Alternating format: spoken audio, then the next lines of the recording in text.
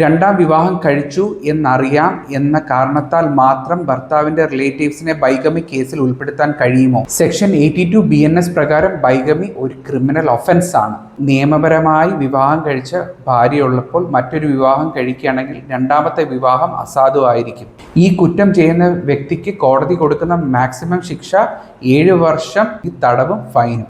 അതുകൂടാതെ രണ്ടാമത്തെ വിവാഹം ആദ്യത്തെ വിവാഹം മറച്ചു വെച്ചിട്ടാണെങ്കിൽ തടവ് 10 വർഷം വരെ ആകാം. Sivaraman Nair and others versus state of കേരളയിൽ സുപ്രീം കോടതി പറഞ്ഞിരിക്കുന്നത് ഭർത്താവിന്റെ രണ്ടാം വിവാഹത്തിനെ കുറിച്ച് അറിവ് മാത്രം ഉണ്ടെന്ന് കരുതി ഭർത്താവിന്റെ ബന്ധുക്കളെ ബൈഗമി കേസിൽ ഉൾപ്പെടുത്താൻ കഴിയില്ല എന്നാണ്. രണ്ടാം വിവാഹം നടത്തുമ്പോൾ ഭർത്താവിന്റെ റിലേറ്റീവ്സിന് ആ മാരേജിൽ ആക്റ്റീവ് പാർട്ടിസിപ്പേഷൻ ഉണ്ടെങ്കിൽ മാത്രമേ അവരെ ബൈഗമി കേസിൽ ഉൾപ്പെടുത്താൻ കഴിയത്തുള്ളൂ എന്നാണ് സുപ്രീം കോടതി പറഞ്ഞിരിക്കുന്നത്.